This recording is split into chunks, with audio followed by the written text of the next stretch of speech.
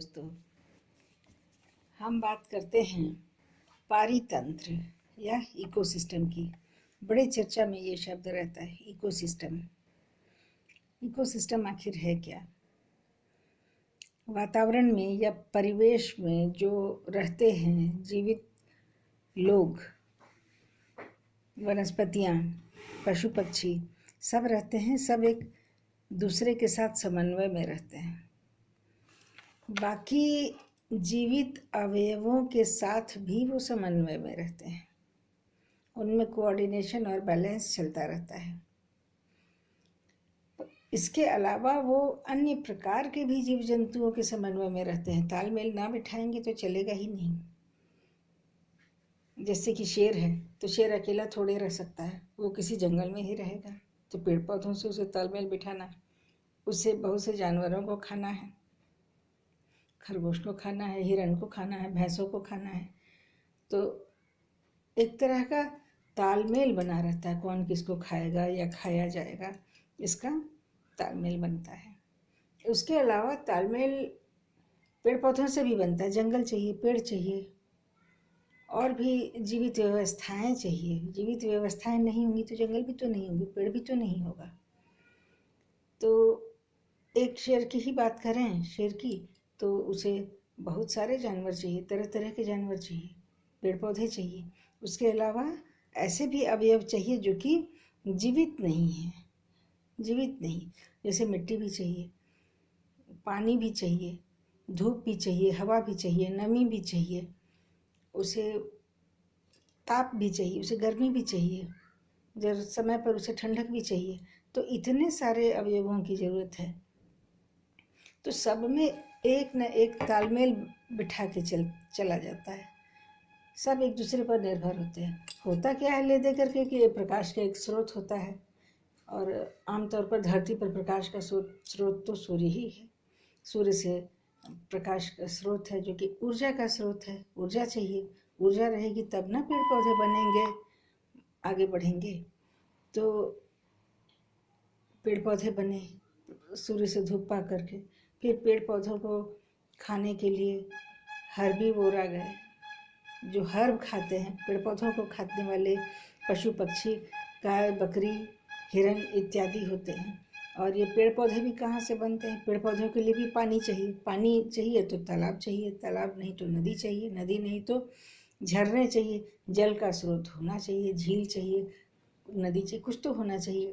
तब इतनी सारी व्यवस्थाएं एक साथ आ गई। अब ये जो हर्बीवोर है या शाक भक्षी हैं, ये अब खाए जाएंगे मांस भक्षियों के द्वारा, सांप के द्वारा, चील के द्वारा, गिद्ध के द्वारा, बाघ के द्वारा, शेर के द्वारा अब ये खाए जाएंगे।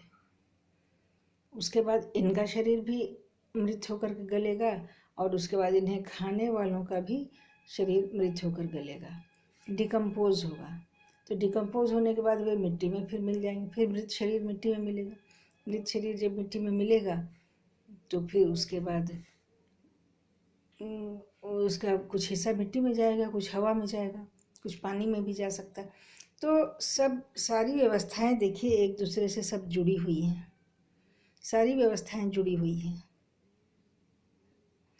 तो अब है डिकम्पोज होने के बाद हवा में जाएगा कुछ हिस्सा, फिर उसके बाद जब धूप चलेगी, आसमान से धूप आएगी, तो फिर से फोटोसिंथेसिस होगा। कभी पेड़ खाया जाता है, फिर पेड़ पनपता है, पेड़ मरता है, वो पैदा होता है, जानवर मरते हैं, पैदा होते हैं। लेकिन देखिए कि एक सिस्टम है, धूप से चली ऊर्जा, उससे बना पेड़ पौधे, अनाज बना, घास बनी, सब बना, फल बने, पेड़ पौधे हुए, फिर उसको खाया हर्बीवोर ने, शाकभक्षी पशुओं ने खा लिया, फिर उसको शाकभक्षी पशुओं को खाया, फिर मांसभक्षी पशुओं ने, कार्निवोर्स ने खा लिया, फिर उसके बाद कार्निवोर भी मरे और शाकभक्षी भी मरे। फिर उसके बाद फिर उनका बॉडी डिकम्पोज होकर के फिर से उसी व्यवस्था में आ गया, ताकि भविष्य में फिर नए पेड़ उग सकें। उनके मरे हुए टूटे हुए अवयवों से नए पेड़ बन सके। तो ये एक चक्र चलता रहता है, ये एक व्यवस्था चलती रहती है।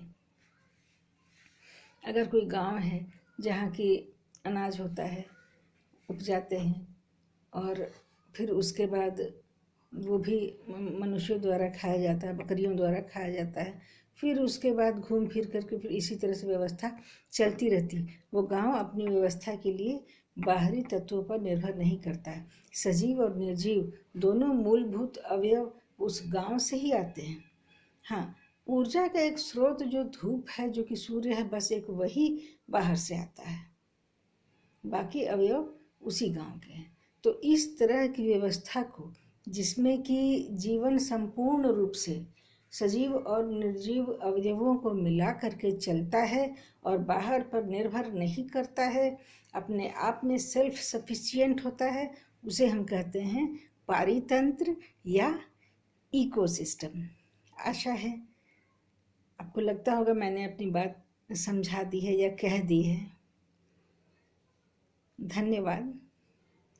आप अपने कमेंट्स हमें देंगे, अपने विचार रखेंगे।